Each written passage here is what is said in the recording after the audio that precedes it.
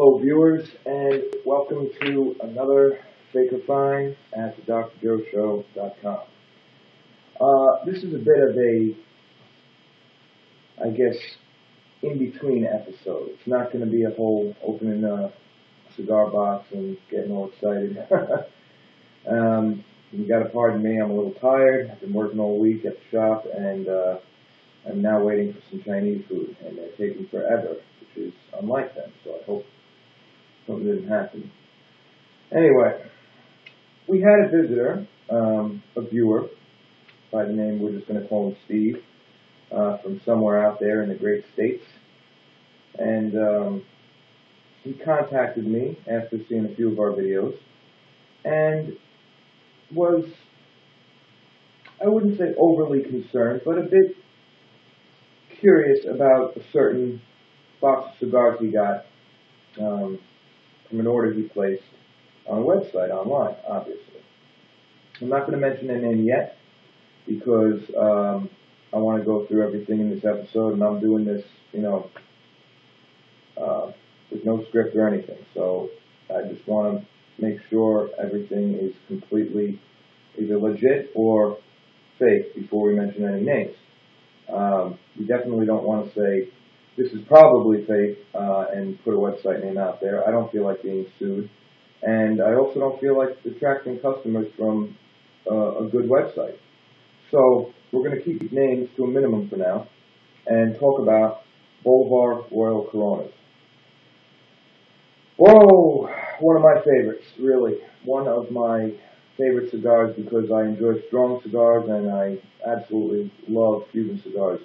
So when you put the two together, which is somewhat rare, there aren't so many brands out there that make a strong cigar when Cuban Havana cigars are concerned. You put them both together and you get dynamite, And the Royal Corona is one of those cigars that I discovered, I don't know, maybe a year ago. Someone gave me one in the shop, a year and a half, 2 years ago. Newbie status on that one, really. I mean, you could be smoking those for 5 years and still find differences that amaze you. It's a very, very good cigar. A complex cigar, strong cigar. Steve ordered about 4 boxes, I think, 4 or 5 boxes from this vendor. And there were some discrepancies that disturbed him. Basically played the mind game.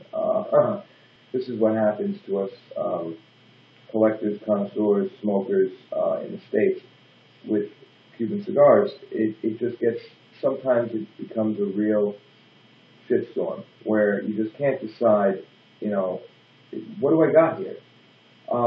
And it's funny because in that case, if you don't know what you're smoking, why smoke it? If you're smoking something you're like, I can't tell if this is Cuban or not, well then, does it really make any sense?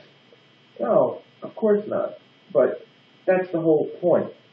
You keep coming back to it because it's a Cuban cigar, because you know what they taste like, you know what they are like, and that's what you're looking for. So when you smoke one and you say to yourself, I can't tell, chances are, if you're an experienced smoker, it's probably not the real thing, because you know when you have the real thing.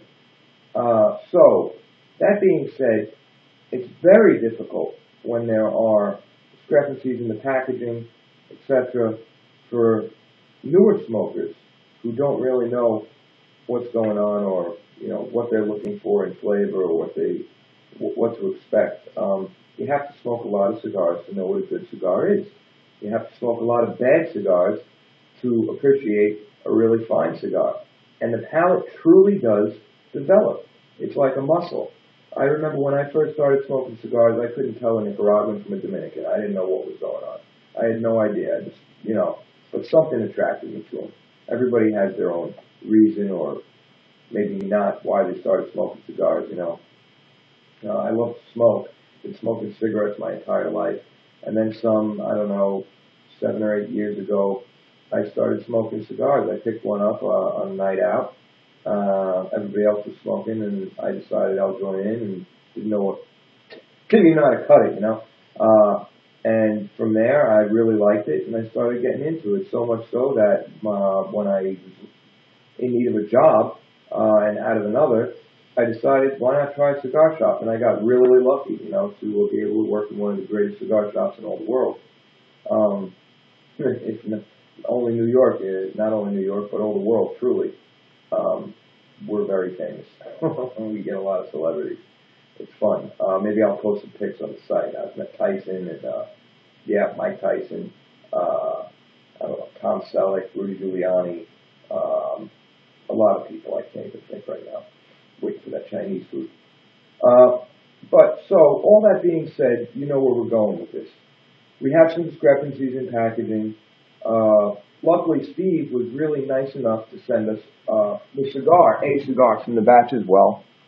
And he did tell me that all the cigars really look the same in the box as they were laid out.